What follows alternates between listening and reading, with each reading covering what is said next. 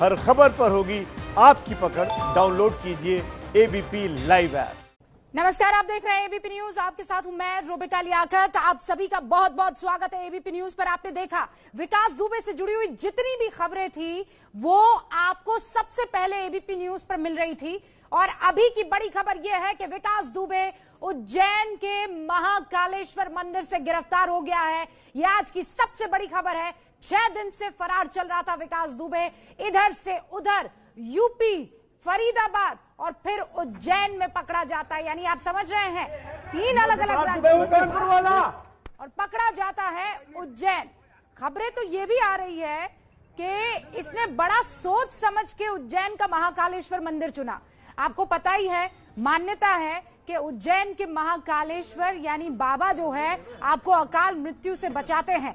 इसको पता था कि अगर ये कहीं और पकड़ा गया तो इसका एनकाउंटर भी हो सकता है। इसको इस बात का डर था, इस बात का खौफ था और इसीलिए बकायदा इसने पर्ची कटवाई।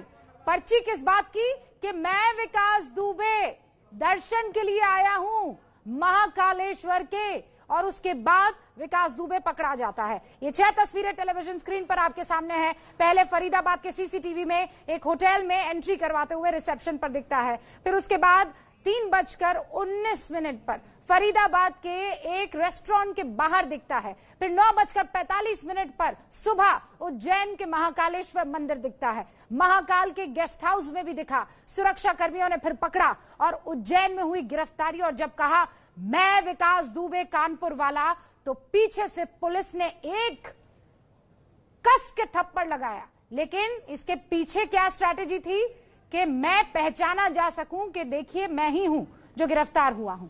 अब मेरे साथ जो खास मेरे रिपोर्टर्स ग्राउंड जीरो से जुड़े हैं उनसे आपका तारुफ करवा देती हूं।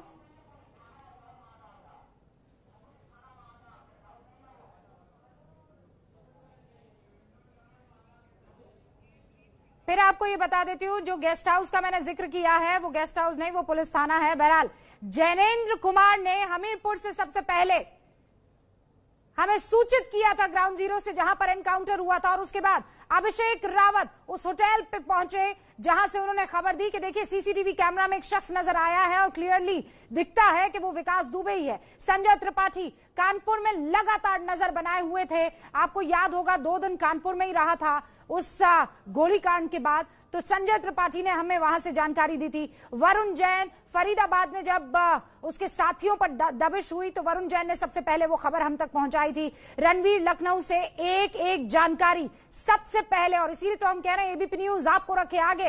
रणवीर वो जानकारियां हम तक पहुंचा रहे थे। लखनऊ से जितने भी बड़े डिसीजंस लिए जा रहे थे, जैसे जैसे कम्युनिकेशन बाकी राज्यों की पुलिस से साधा जा रहा था, रणवीर इस पर नजर बनाकर जानकारी हम तक पहुंचा रहे हैं। बिहार के डीजीपी कुछ कह रहे हैं, कल याद कीजिएगा उन्होंने बेबाकी से कई गिरोह के लोग मुठभेड़ में मारे भी गए हैं। बहुत सारे लोगों के नंबर सर्विलेंस पर हैं। करीब 150-200 लोगों को जो समाचार के माध्यम से हमको जानकारी मिलती है और निगरानी में भी रखा गया है। इसके पूरे गैंग, और मैं यही चाहूंगा कि इस तरह के जितने भी गैंगस्टर हैं सारे गैंगस्टर के खिलाफ भी इस तरह कार्रवाई हो ताकि अपराध की संस्कृति समाप्त हो। सबसे बड़ी बात यह है अपराध की संस्कृति के खिलाफ संघर्ष करना है। विकास दुबे की बात नहीं है, ऐसे कई विकास दुबे हैं पूरे देश में। तो अपराध की संस्कृति के खिलाफ संघर्ष करना है। और इसका सीधा मतलब ये है कि जात के नाम पर, मजहब के नाम पर, दल के नाम पर हम लोगों को किसी भी अपराधी का सहयोग नहीं करना चाहिए, समर्थन नहीं करना चाहिए, उसको संरक्षण नहीं देना चाहिए, उसको हीरो नहीं बनाना चाहिए, उसका महिमा मंडन नहीं करना चाहिए, उसको शेर नहीं कहना चाहिए। ये शर्म और अफसोस की बात है कि जातीय अपराधी को उस जात समाज के लोग हीरो बना देते हैं। तो जनता जिस दिन ये बात समझ जाएगी कि अपराधी किसी का नहीं होता, जो करता है अपने के लिए करता है, वो जात से उसकी कोई इमोशनल अटैचमेंट नहीं होता, वो अपराध करता है अपने बचाव के लिए, जात की छतरी अपने ऊपर तान लेता है। और जब जात का समर्थन मिल जाता है तो शासन में वो सौदाबाजी करने की हालत में, स्थिति में वो आ जाता है, पुलिस का मनोबल गिरता है और जगह जगह अपराधियों का एक छत्र साम्राज्य होने लगता है। तो जात के नाम पर, मजहब के नाम पर, धर्म के नाम पर अगर आम आवाम अपराधियों का सहयोग और समर्थन करना बंद कर दे तो अपराध की संस्कृति पूरी तरह से समाप्त हो जाएगी। अपराधी की ताकत AK-47 नहीं है, अपराधी की ताकत उसके हथियार नहीं है, अपराधी की ताकत उसकी दौलत नहीं है, अपराधी की ताकत उसका जन समर्थन है जो जात के नाम पर उसको मिल जाता है। अगर वो नहीं मिलेगा तो बड़ा से बड़ा अपराधी को भी एक थानेदार हैंडल कर सकता है, उससे ऊपर भी जाने की जरूरत नहीं। लेकिन सर, जिस तरीके से वो कानपुर से फरीदाबाद भाया वो उज्जैन तक पहुंच चुका है, तो कहा जाता है कि कहीं न कहीं पुलिस डिपार्टमेंट के अंदर ही ऐसे कई सोर्स वो तो आए हैं, वो तो सबूत भी आए। डीजीपी गुप्तेश्वर को आप सुन रहे थे बिहार के, और कल भी जब उन्होंने बात रखी थी तो यही कहा था कि यहाँ पर ये जो ब्राह्मणवाद का चोला ओढ़कर और ये कहने की कोशिश कर रहे हैं कि मैं तो रॉबिन हुड हूं, मैं तो सबका मसीहा हूं, और उनके फेवर में जितने भी लोग, उनके बचाव में जितने भी लोग आ रहे हैं एक ही जात के, उनको इस बात का ख्याल रखना चाहिए कि ये सिर्फ और सिर्फ अपराधी है। इस अपराधी का कोई धर्म नहीं है, इस अपराधी की कोई जात नहीं है। और ये देखिए, मैं फिर से आपको सुनाना चाहती हूं किस तरीके से वो कॉन्फिडेंस इस अपराधी का नजर आया, पूरी स्ट्रैटेजी के साथ कैसे चीखा। मैं विकास दुबे हूं, कानपुर वाला।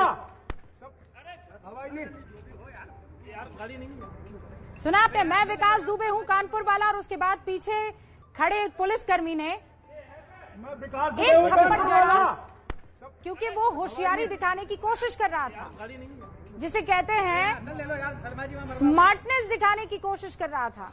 और फिर क्या हुआ आप सबने देखा। शिवराज सिंह चौहान मध्य प्रदेश के मुख्यमंत्री ने एक ट्वीट किया है, और हम चाहते हैं कि उस ट्वीट पर आप जरा गौर फरमाएं। मैंने यूपी के सीएम से बात की है, जल्दी विकास दुबे को यूपी पुलिस को सौंपेगी मध्य प्रदेश पुलिस। शिवराज सिंह चौहान ने अब से कुछ देर पहले ये ट्वीट करके जानकारी दी है।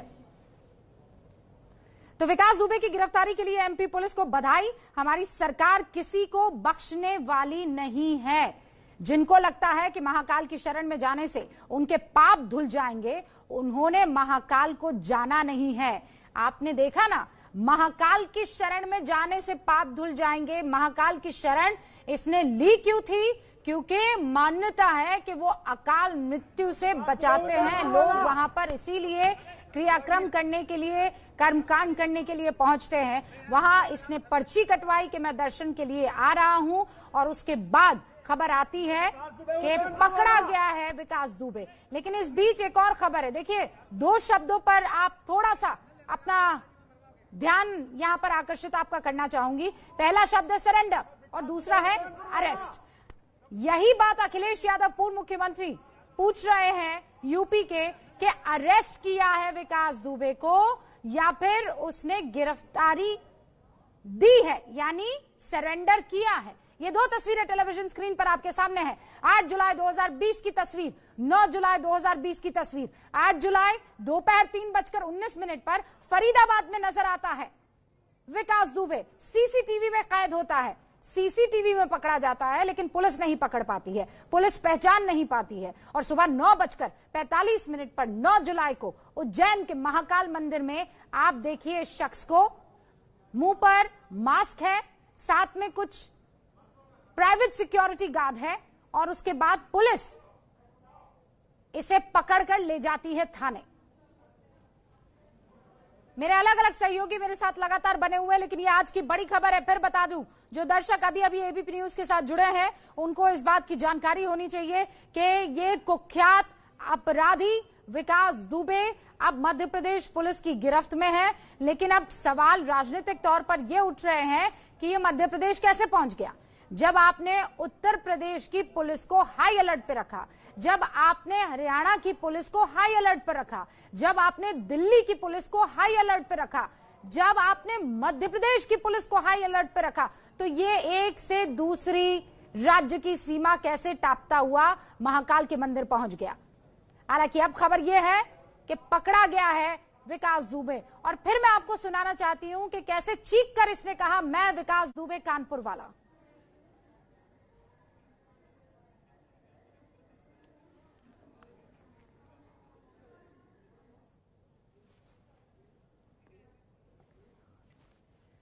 और ये देखिए, बिकरू हत्याकांड में पुलिस कार्रवाई कैसे कैसे आगे बढ़ी है। आपको ये जानना चाहिए कि ये तमाम वो लोग थे जो 8 पुलिसकर्मियों की हत्या में शामिल थे। एक के बाद एक विकास दुबे के ये गुर्गे, ये साथी मौत के हत्थे चढ़े। प्रेम प्रकाश पांडे मामा था, मारा गया। अतुल दुबे चचेरा भाई था, मारा गया। अमर दुबे गुर्गा था, शार्प शूटर था, राइट हैंड मैन था, मारा गया, रिश्तेदार भी था। बउआ दुबे मारा गया। प्रभात मिश्रा मारा गया। दयाशंकर अग्निहोत्री गिरफ्तार कर लिया गया। शामू वाजपेयी वही है जिसने एक एक जानकारी दी कि कैसे, कहां से, क्या होते हुए हम लोग कौन कौन सी सीमा पार करते हुए यहां फरीदाबाद पहुंचे। बहरहाल जानकारी आपके जहन में यह होनी चाहिए कि अब सुबह तक क्या था कि विकास दुबे के 5 साथी मार गिराए गए हैं, लेकिन अब विकास दुबे गिरफ्तार हो गया है, 5 साथी मारे गए हैं और शामू और उसका एक और साथी गिरफ्तार किए गए हैं। बहुत सी जानकारी बकायदा अब इन सब की तरफ से मिलने वाली है, लेकिन वहां जो राजनीतिक विरोधी हैं, चाहे वो अखिलेश यादव हो या फिर बाकी राजनीतिक पार्टियां, वो ये कह रही हैं कि बताइए ये 6 दिनों तक क्यों इधर से उधर घूमता फिरता रहा, क्यों रिक्शे में ये सफारी करता रहा और पुलिस पकड़ नहीं पाई। अखिलेश यादव तो यहां तक कह रहे हैं कि आप इसके फोन कॉल्स खंगालिए, हमें ये पता होना चाहिए कि इसने किन किन लोगों से बात की है, क्योंकि वो ये इशारा कर रहे हैं कि ये सब स्क्रिप्टेड था, ये सब मैनेज किया गया है, ये सब फेस सेविंग है। उसको कहीं ना कहीं ये बताया गया, कहीं ना कहीं इस बात की कोई ये आरोप कथित तौर पर लग रहे हैं और इसीलिए अखिलेश यादव ये कह रहे हैं कि फोन रिकॉर्ड्स सामने रखे जाए, खंगाले जाए कि इस दुर्दान अपराधी ने किन किन लोगों से बात की है और कब कब बात की है।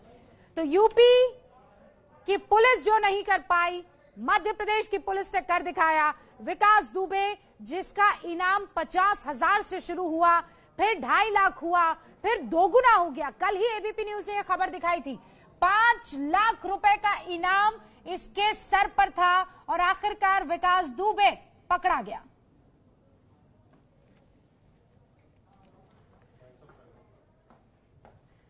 और चलिए अब मैं आपको ग्राफिक्स के जरिए बताने की कोशिश करती हूं कि वो गैंग जो विकास दुबे के लिए काम कर रही थी, उसे कैसे पुलिस ने मार गिराया एक के बाद एक। शुरुआत करते हैं प्रेम प्रकाश पांडे से। मामा था, विकास दुबे की हर एक जानकारी इसके पास थी, लेकिन जब इसने जानकारी देने के ना देने के मकसद से भागने की कोशिश की तो मार गिराया गया। फिर उसके बाद आइए अतुल दुबे, चचेरा भाई था। तो ये विकास दुबे की जो कंपनी है, आप इस बात को ऐसे समझिए कि इसने अपने गुर्गे हर जगह फैला रखे थे और ये इतने पक्के और क्लोजली कनेक्टेड थे कि इनको फोन की जरूरत नहीं होती थी। विकास दुबे फोन का इस्तेमाल नहीं करता था और इसका जीता जागता सबूत आपको कैसे मिल जाएगा? वो जब ऑटो 2 छोड़ता है, तीसरा ऑटो आता है, उसमें एक शख्स सवार होता है, वो राइट हैंड की तरफ खिसकता है, विकास दुबे बैठता है बगैर किसी फोन कॉल के। तो बहरहाल मामा मारा गया, चचेरा भाई मारा गया। अमर दुबे सबसे छोटा था,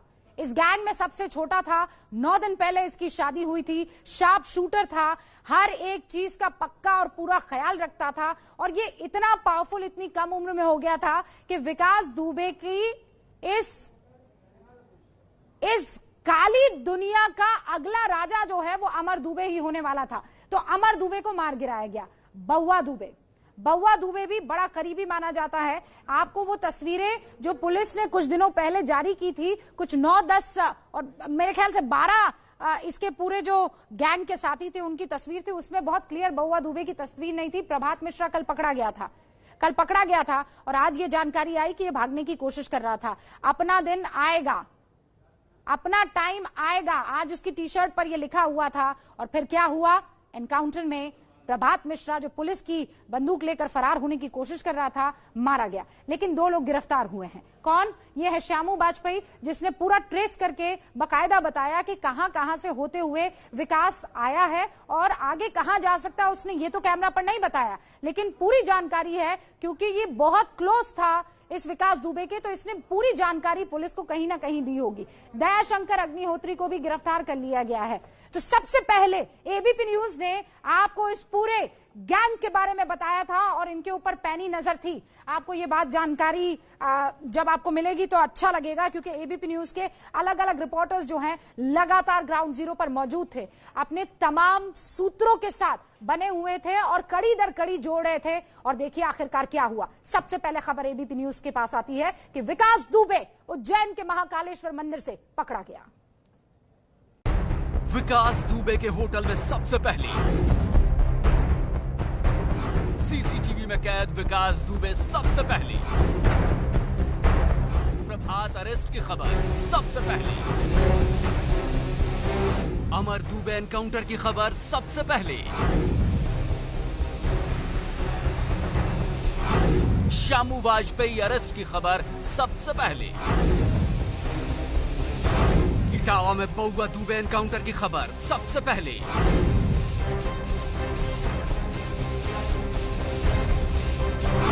कानपुर में प्रभात के मारे जाने की खबर सबसे पहले,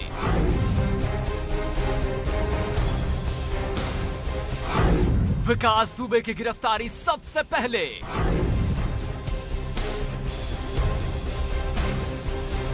विक्रु नरसंहार की हर खबर सबसे पहले। विकास दुबे कानपुर वाला।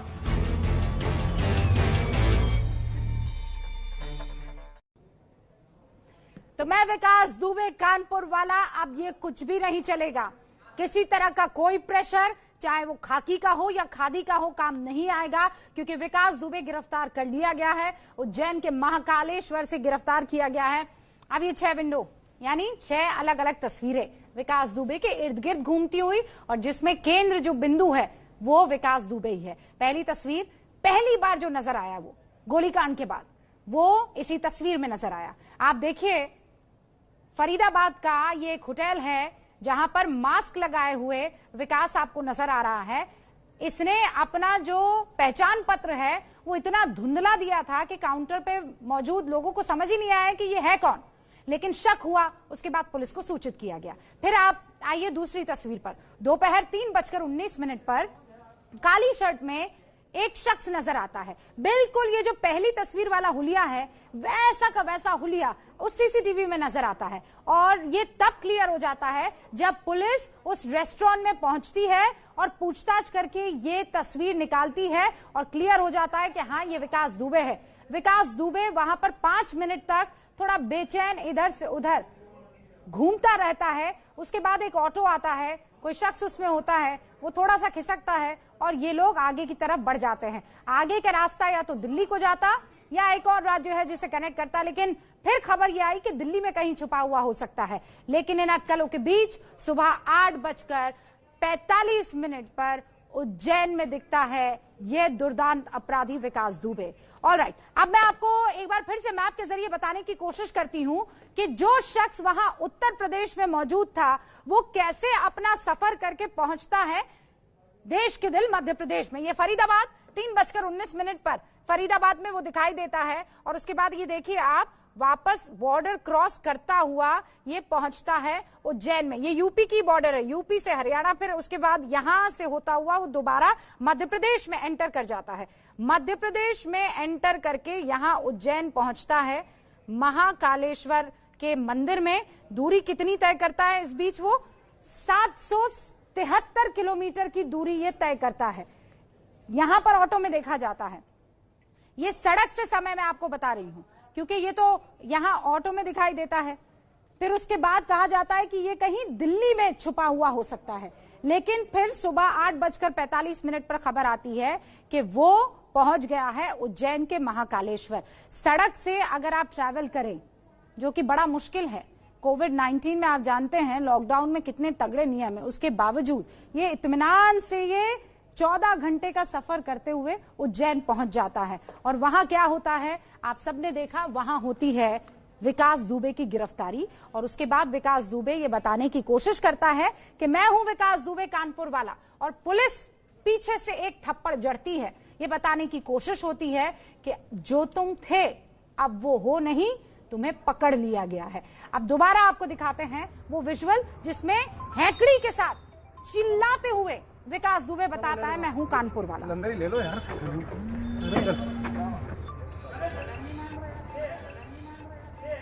मैं विकास दुबे हूँ, कानपुर वाला। यार गाड़ी नहीं है। अरे यार अंदर ले लो यार, शर्मा जी में मरवाओगे क्या? मैं विकास दुबे हूँ, कानपुर वाला। यार गाड़ी नहीं है। अरे यार अंदर ले लो यार, शर्मा जी में मरवाओगे क्या? मैं विकास दुबे कानपुर वाला, और पुलिस की तरफ से पड़ा उसके बाद उसे थप्पड़। अब मैं चाहूंगी कुछ रिपोर्टर्स से मेरी बातचीत हो जाए और दर्शकों को यह बताने की कोशिश हो कि अब इस वक्त विकास दुबे कहां है, क्योंकि मध्य प्रदेश के मुख्यमंत्री शिवराज सिंह चौहान ने अब से कुछ देर पहले ट्वीट किया और ये कहा है कि जल्द से जल्द, अब बातचीत हो गई उत्तर प्रदेश के मुख्यमंत्री योगी आदित्यनाथ से जल्द इस अपराधी को यूपी पुलिस को सौंपा जाएगा। ये सोच रहा था कि इसके पाप महाकाल के मंदिर में धुल जाएंगे, लेकिन इसने महाकाल को पहचाना नहीं है। विकास दुबे की गिरफ्तारी पर शहीद डीएसपी देवेंद्र मिश्रा के परिवार ने एक बड़ा आरोप लगाया है। आरोप ये कि गिरफ्तारी विकास दुबे को बचाने के लिए की गई है। एबीपी न्यूज संवाददाता संजय त्रिपाठी ने कमलकांत मिश्रा से बात की है, सुनिए। कहानी खत्म नहीं हुई है। विकास के पकड़े जाने के बाद अब कहानी शुरू होगी।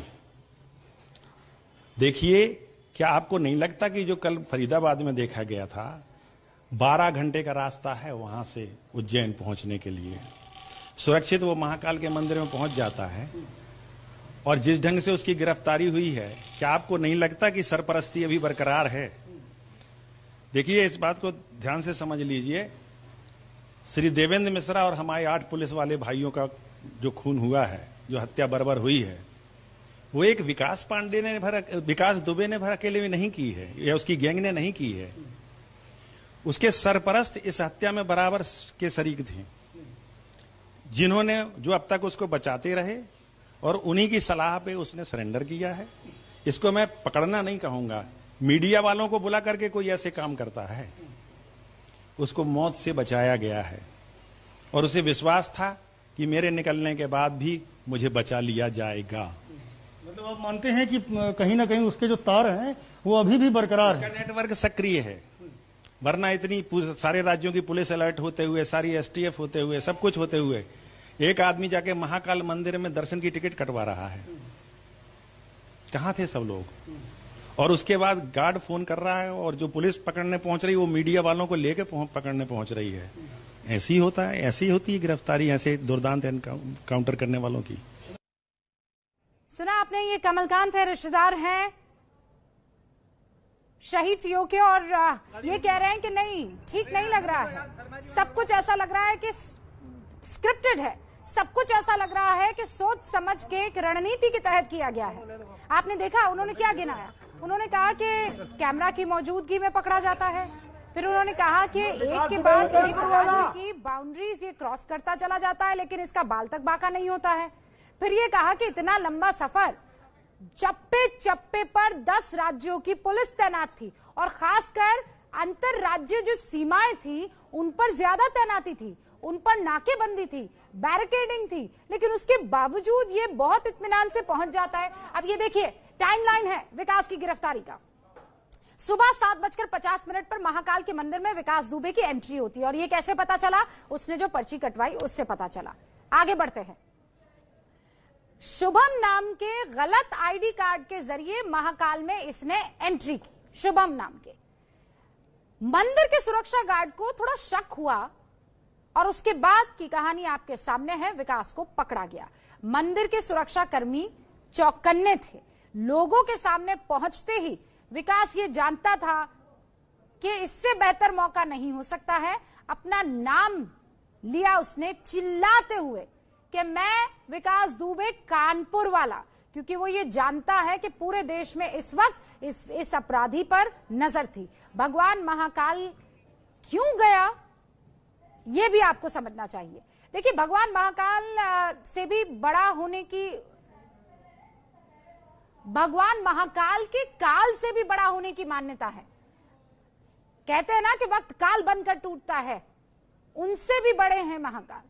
और इसीलिए शुरुआत में आपको बता दिया गया था कि अकाल मृत्यु के भय को मिटाने के लिए वहां के दर्शन किए जाते हैं, लोग महाकाल जाते हैं, और विकास दुबे अपने आप को बहुत बड़ा पंडित जो है मानते। शिवराज सिंह चौहान कुछ कह रहे त्वरित कार्रवाई कर इस दुर्दांत अपराधी को गिरफ्तार किया है, हिरासत में लिया है।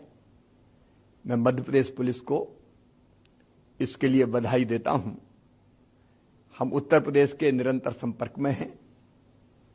आगामी कार्रवाई के लिए इसको उत्तर प्रदेश पुलिस को सौंपा जाएगा और आज सवेरे से ही मैं उत्तर प्रदेश के माननीय मुख्यमंत्री योगी जी के संपर्क में हूं और दोनों राज्यों की पुलिस मिलकर कार्रवाई कर रही है।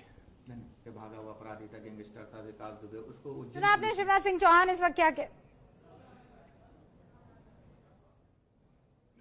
त्वरित कार्रवाई करते हुए उसको गिरफ्तार किया है और आगामी कार्रवाई के लिए उसको उत्तर प्रदेश पुलिस को सौंपा जाएगा। सर, क्या आपके यूपी के मुख्यमंत्री से भी बात हुई है कि इस सिलसिले को? हाँ, इस सिलसिले शिवराज सिंह चौहान को इस वक्त आप सुन रहे थे। उन्होंने कहा जल्द से जल्द उत्तर प्रदेश पुलिस को सौंपा जाएगा, लेकिन चाहे वो शहीद सीओ के रिश्तेदार हो या फिर पॉलिटिकल विरोधी, वो ये कह रहे हैं कि नहीं, कुछ तो गड़बड़ है। अच्छा, उज्जैन के महाकालेश्वर मंदिर में जो सीसीटीवी कैमरास लगे हुए हैं वहां तक पहुंच चुके हैं एबीपी न्यूज की टीम। आपको दिखाते हैं वो एक्सक्लूसिव तस्वीरें। सब यही उज्जैन के महाकालेश्वर मंदिर में सुरक्षा के किस तरीके से इंतजाम है, देखिए यहाँ पर सीसीटीवी कैमरे लगाए गए हैं और सीसीटीवी कैमरे के अलावा यहाँ पर जो सुरक्षा कर्मी मौजूद रहते हैं उनकी बकायदा ट्रेनिंग कराई जाती है। हमारे साथ उज्जैन के कलेक्टर आशीष सिंह है जो कि महाकालेश्वर मंदिर समिति के अध्यक्ष भी है। किस तरीके से ट्रेनिंग कराई जाती है, चाक चौबंद प्रबंध किए जाते हैं महाकालेश्वर मंदिर? देखिए, यहाँ पर हमारे पास में 173 सीसीटीवी कैमरा लगे हुए हैं जो न केवल पूरे मंदिर प्रांगण को कवर करते हैं बल्कि जो आसपास उससे कनेक्ट होने वाली रोड्स हैं मंदिर के आसपास की, उनको भी हम लोग कवर करते हैं, जिससे कि पूरा जो सुरक्षा से संबंधित कोई भी इस प्रकार की स्थिति जो है वो उत्पन्न ना हो पाए। और हमारी जो सिक्योरिटी एजेंसी है SIS, उनके भी पूरे लोग चप्पे चप्पे पे तैनात रहते हैं और उनकी लगातार ट्रेनिंग भी होती रहती है, एक्सपोजर विजिट्स भी होती रहती हैं। रेगुलरली ट्रेनिंग हमारे द्वारा भी और उनके एम्प्लॉयर के द्वारा उनकी कराई जाती रहती है। तो सर, क्या लगता है आपको, ये सुरक्षा के तगड़े इंतजाम थे इसीलिए अपराधी पकड़ा पाया है? देखिए, निश्चित रूप से जो प्राइमा फेसी जानकारी निकल कर आ रही है कि जो एक शॉपकीपर थे सुरेश करके, उन्होंने जैसे ही हमारे सिक्योरिटी जो एजेंसी है उसके कर्मचारी को सूचना दी, तत्काल उन लोगों ने उसको ट्रैक किया और बाद में महाकाल थाने की पुलिस को बुलाकर उसको अरेस्ट कराया और बाद में उसने एक्सेप्ट भी किया कि वो जो है विकास दुबे है। तो इसके लिए मैं जो भी सिक्योरिटी एजेंसी है यहाँ की SIS और जो ऑफिशियल्स हैं सभी को बहुत बहुत बधाई देता हूँ। तो सर, कैमरे और भी सुरक्षा इंतजाम आने वाले भविष्य में बढ़ाए जाएंगे या किस तरीके से यहाँ पे और सुरक्षा, ताकि इस तरह की घटना ना हो, अपराधी यहाँ तक पहुँच भी नहीं पाए? देखिए, अभी जो हमारे पास में कैमरे हैं वो पर्याप्त है। पूरा मंदिर प्रांगण हम कवर कर रहे हैं, यहाँ जो कनेक्ट होने वाली सारी रोड्स हैं वो भी कवर कर रहे हैं। ये जरूर है कि हम लोग अभी इसको थोड़ा और अपग्रेड कर सकते हैं। कुछ ऐसे सॉफ्टवेयर्स आजकल आ गए हैं जिनमें फेस रिकॉग्निशन वाली भी वो रहती टेक्नोलॉजी रहती है, तो निश्चित रूप से हम लोग उस पर अपग्रेड करने पर भी विचार करेंगे। ये थे उज्जैन कलेक्टर जिन्होंने बताया। देखिए यहाँ पर किस तरीके से सीसीटीवी कैमरे लगे हैं, पूरा जाल बिछा रखा है सिक्योरिटी का और यहाँ पर कोई भी व्यक्ति बिना सिक्योरिटी के चेक हुए यहाँ जा नहीं सकता। यहाँ पर सबसे बड़ी बात यह है कि फेस कवर भी हटवाया जा रहा है और इसी फेस कवर का हटवाने के बाद विकास दुबे की पहचान हुई। उसने उज्जैन में शुभम नाम से एक फर्जी आई कार्ड के जरिए प्रवेश लेने की कोशिश की थी, लेकिन वह पकड़ा गया। कैमरामैन संदीप के साथ विक्रम सिंह, एबीपी न्यूज उज्जैन। हम कोशिश करेंगे कि विक्रम सिंह से बातचीत हो पाए, क्योंकि यहाँ पर उज्जैन के जो कलेक्टर थे उन्होंने कहा कि इस शख्स को एक दुकानदार ने पहचाना और उसके बाद उसने ये जानकारी जेसीओ को दी और उसके बाद सीसीटीवी खंगाला गया और शख्स को पकड़ा गया। ये इस वक्त की बड़ी खबर है, लेकिन कोशिश करेंगे कि विक्रम मेरे सहयोगी से इस पूरे मसले पर जानकारी ली जाए।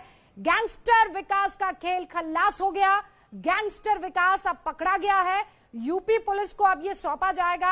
आज ही इसकी ट्रांजिट रिमांड ले ली जाएगी विकास की गिरफ्तारी पर। एमपी बीजेपी की तरफ से कहा जा रहा है कि ये शिवराज सरकार है, कमलनाथ सरकार नहीं है। बीजेपी अब इस पर खेलने की कोशिश कर रही है, लेकिन इस वक्त की ये बड़ी खबर है, विकास दुबे को दुकानदार ने पहचाना और ये उज्जैन कलेक्टर की तरफ से जानकारी मिली है। उज्जैन के डीएम ने एबीपी न्यूज से कहा कि बाकायदा दुकानदार ने पहचाना। यानी शुक्रिया आप सभी का कि आप इस खबर पर नजर रखे हुए थे। इस गैंगस्टर का चेहरा आपके आंखों में बस गया था और आप ही में से एक दुकानदार जिन्होंने इस शख्स को पहचान लिया, इसने जरूर मास्क लगाया हुआ था, लेकिन ये इस वक्त मीडिया की सुर्खियों में था, ये इस वक्त हर किसी की आंखों में रच बस गया था और इसीलिए लोग इसको पहचान गए। विकास दुबे का एक सबसे बड़ा डर यह था कि इसका एनकाउंटर कर दिया जाएगा। क्यों?